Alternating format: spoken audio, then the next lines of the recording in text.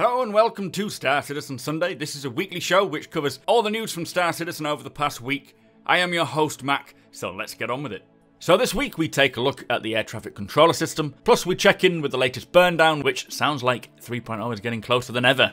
So as some of you may know, during our birthday stream on the 17th of September, we had a Cutlass giveaway running over on Gleam, which has now come to an end. With over 1900 entries, I want to thank every one of you who followed, subbed, etc. But there can only be one winner, and that winner is a fellow named Jürgen. So congratulations to you, sir. I shall be in touch. As I say, thank you everyone who joined us for the birthday stream. It was a lot of fun, a lot of prizes given out, which if you are waiting for your prize, I am getting to it, and it'll be with you very soon. So on Around the Verse this week, starting with the burn down. Last week they said they had 26 bugs, 11 of them were blockers, 10 critical and 5 high.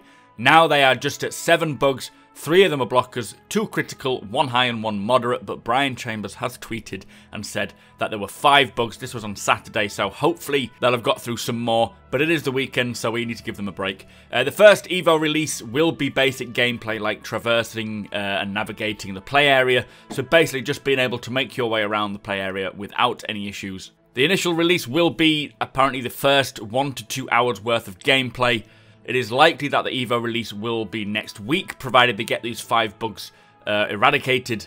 And let's hope that they give the initial Evo build once completed to the PTU. I doubt it, but it sounds like it would be a good idea. But they are definitely close with Evocati. If it isn't next week, it hopefully will be the next week after that. My fingers are crossed. Well, they'll still be crossed for the last year.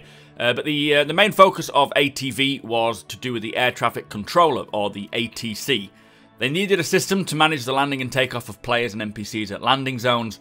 The ATC helps keep the pads organised and just helps feel more immersive as possible. Currently, you can just land anywhere you want, which is obviously causes issues. People just crash into one another, ships explode, it's hard to see what's going on, it's a bit of a mess. But with the ATC, when you approach a landing pad, using your ship's MFDs or your multifunction displays, you'll need to request permission to land. And then, depending on the station, an NPC will then allocate you a pad where to land. Now, they looked at real-life examples of this, so things like in the military and at airports. Every flight controller will either be a character represented in the world physically or an AI console. The station at which the AI sits will have all the info, like where the ships are within radius, what ships are requesting a landing, what pads are free, so on and so forth. And then using that information, it will allocate a pad to you. Places like Levski, which we see in the example here, will have their own unique NPC, who will, as I say, will be a physically represented character in the game, who will get up and walk around, they will react to things, as he is subsumption driven. Also, if you stood in front of the Levski air traffic controller guy, while he's talking to a ship pilot requesting to land, you will be able to see the same as what the pilot can see, so you'll see him talking and the screens will actually show the conversation between them.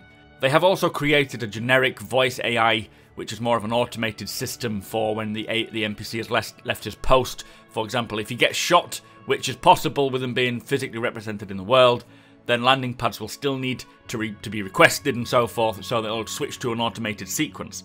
Now, they have said that there will be multiple AI involved with each station so that they can handle multiple requests rather than having just constant queues of people waiting to land. These AIs will work together using the subsumption group activity so they don't clash. Now, the actual NPCs that they use have been properly performance captured using real actors so that they are not just static NPCs, they react and they look realistic. Many locations will have particular flavours to their air traffic controllers, like Levski, which we see here, is more of a Cali style guy, very laid back, very just nonchalant about what's going on.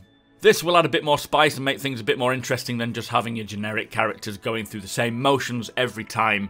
But it'll also give stations more life, more immersion, they'll feel interactive. Levski, as I say, has a laid-back attitude, whereas other areas of the verse may have a more professional or even just a more automated feel. So places like Terra, I would have thought, will either have a more professional person or they could just have an automated system because there's going to be a lot of traffic there.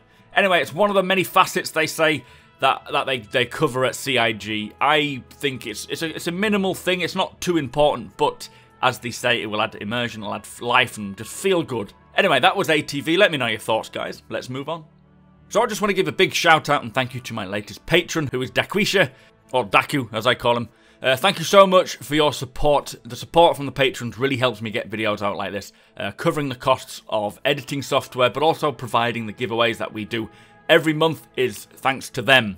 If you are wanting to help support my channel, this is probably the best and most direct way to help. But obviously watching, liking, subscribing, and sharing my videos means the world to me, so thank you all so much. Also this week, Citizens of the Stars featured developer Sean Tracy answering the quantum questions, plus Redacted's very own grey-headed gamer as the community guest. There was a new Advocacy archive post titled Hard Place. I've not read it yet, so silence on that one please. And finally, Lawmakers delved into the Banu system of Gliese, which is always worth watching. I love the Lawmaker's Guide to the Galaxies. All the links are below. So that brings us to the end of the show. Thank you for watching, and thank you to our subscribers, plus a massive thank you to our patrons as you make this possible. If you like what we do and want to help us make it better, follow the link in the description to our Patreon page to learn more.